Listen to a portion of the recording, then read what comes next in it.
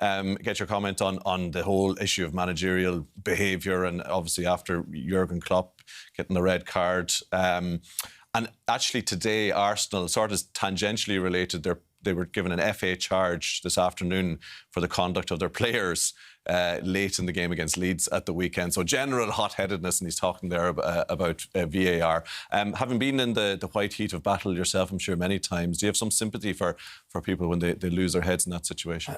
For sure, Tommy. Managers, unless you've been in the manager's shoes, it's hard to understand the pressure you're under as a manager. When your whole week and your whole life, it becomes obsessive about getting results and achieving results. Performances aren't enough. You need to achieve results.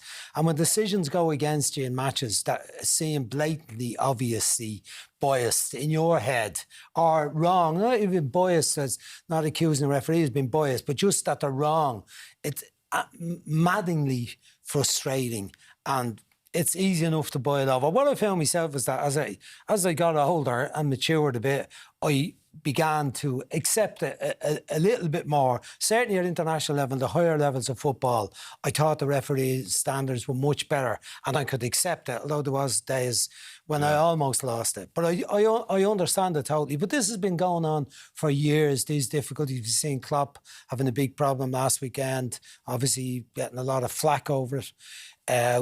For years and years, people watch Mourinho on the sideline as much as they watch the match. And there's been many managers over the years who've got into trouble for abusing officials and so on.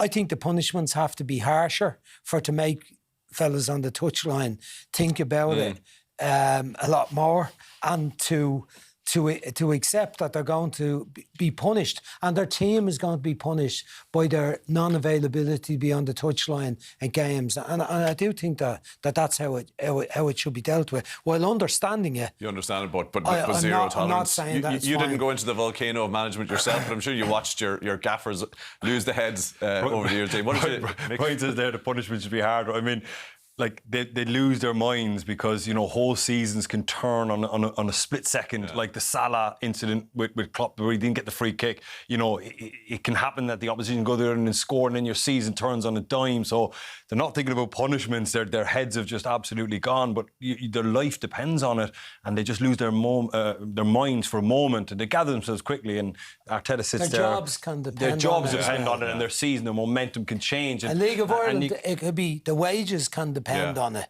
and that was the one that I used to be often very conscious that the wages depended on the result of the game, and that was part of your frustration as well. Yeah, I mean, look, it's always going to happen. They're never going to change. No matter what the ban is. Say again, sorry? No matter what the ban is or the punishment. No, because they're not thinking about that at the time. Like I said, it's like a moment of insanity where they just completely lose themselves on an instant. But when you do get banned, it changes you a bit, Tommy. I had the odd ban myself, and I became a very good boy after for a few weeks anyway. Rehabilitated, I'm sure.